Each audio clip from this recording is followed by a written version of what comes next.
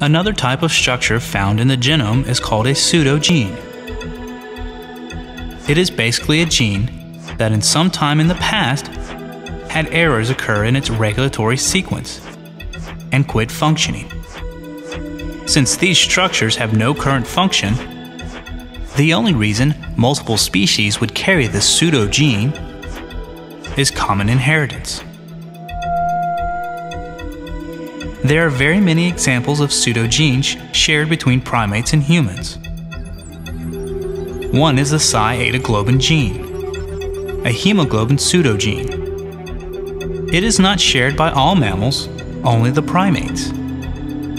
And in primates, it is found in the exact same chromosomal location with the same mutations that destroyed its ability to function as a protein-coding gene.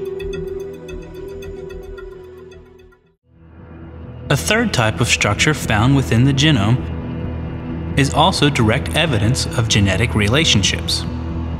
Retroviruses like HTLV1, which cause a type of leukemia, and AIDS, make a DNA copy of their own viral genome and insert it into the host genome. If this happens inside the sperm cells or the egg cells, the retroviral DNA will be inherited by the descendants of the host. And these copies of the virus DNA are called endogenous retroviruses.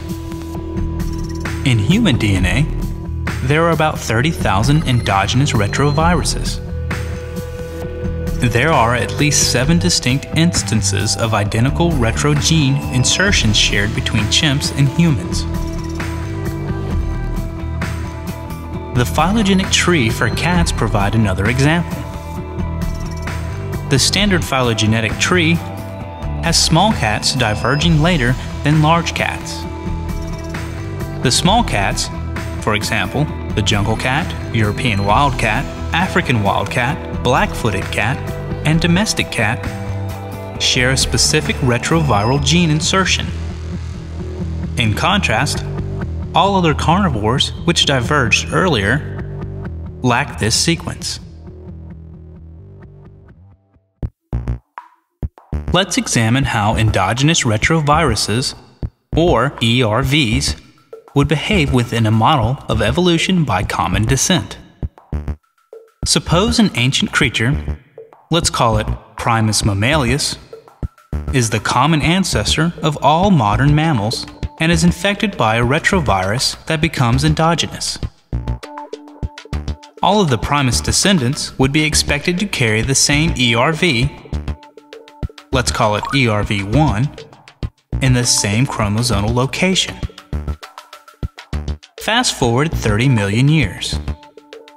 Different lineages have evolved and derived from the original common ancestor, and there are now many different types of mammals in existence, all carrying ERV1. A small rodent, let's call it Secundus mousus, is the common ancestor of mice and rats, and once again is infected by a new species-specific retrovirus that becomes endogenous. This is ERV2. In a different line, Secundus apus, the common ancestor of all great apes, acquires a third retrovirus, ERV3.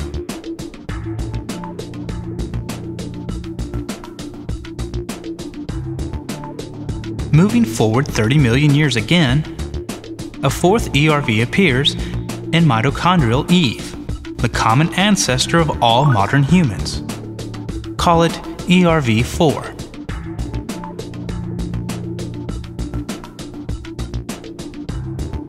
As early humans spread out, a fifth ERV arises in a population that is isolated in Australia. So, ERV5 does not spread to other human populations. So what do we expect?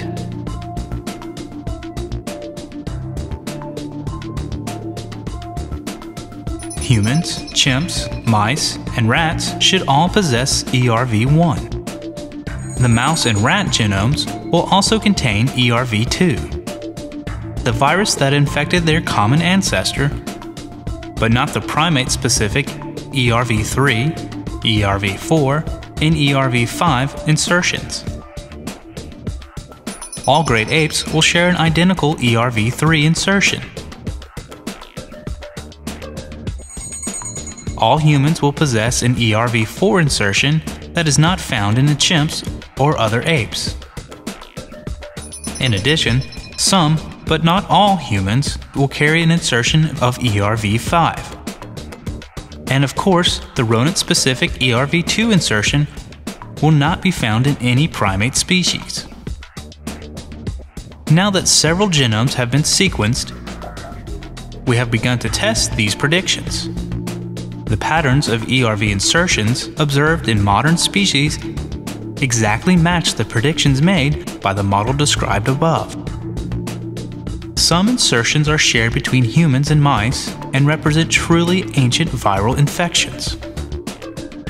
Others are found only in primates, and not the other species, obviously derived from the infection of the ancestral primate species after its divergence from other lineages.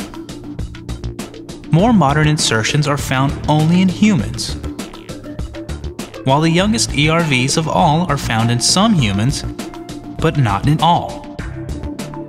We do not find any examples of ERV insertions shared by, say, humans and mice, but not by chimps. Insertions are always shared by all species, and only by those species that have a common ancestor. ERV insertions therefore provide excellent support for the idea of common descent.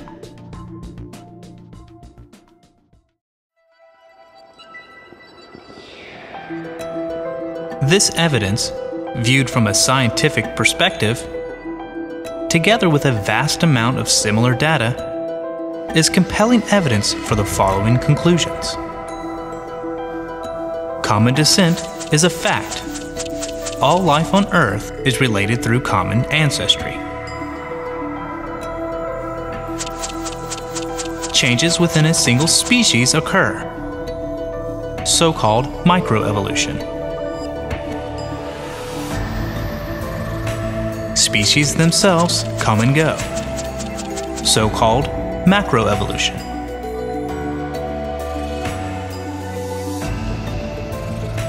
These are the facts of evolution. The mechanism or mechanisms that cause evolution to happen will be covered in another video.